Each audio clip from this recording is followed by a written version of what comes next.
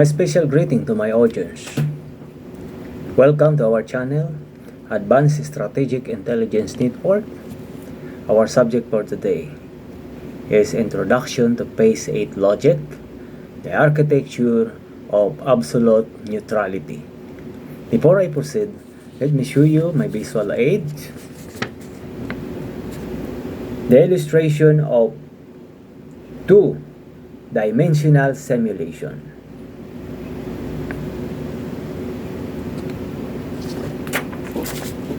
Two opposing arrow appears on opposite ends, left and right. Humanity is currently trapped in a two-dimensional simulation, a simulation of conflict. Everywhere we look, geopolitics, domestic governance, and social systems, we are presented with a false binary choice, faction A versus faction B, left versus right.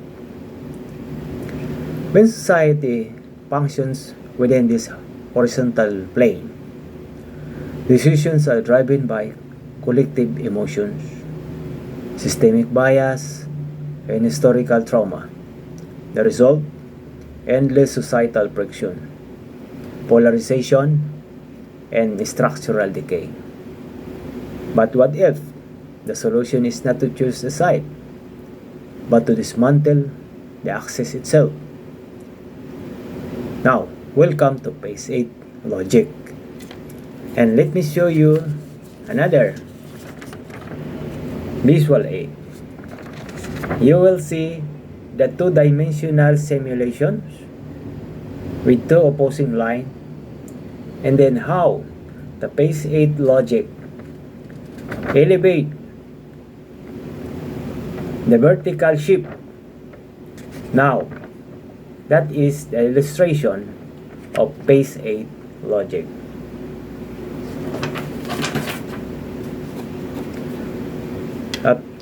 After that, we will proceed. Phase 8 logic is advanced cognitive framework engineered to transcend traditional linear thinking.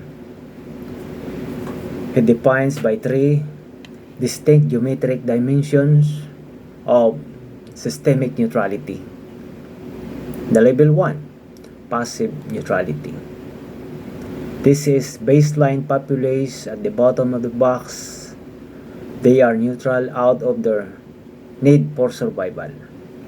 Yet, they remain vulnerable to being crushed whenever the upper factions collide. Level 2, the linear neutrality. They are the traditional mediators, academics, and referees who stands directly between the two opposing forces because they occupy the same horizontal plane. They are perpetually caught in the friction zone, exhausting their energy inside flowed game. And the level 3, the third level, systemic transcendence, the peak of consciousness. The Phase 8 architect executes vertical shift, an upward departure from horizontal plane to gain total non-biased bird's eye view of the entire operational landscape. Let me show you another illustration. How Phase 8 logic operates.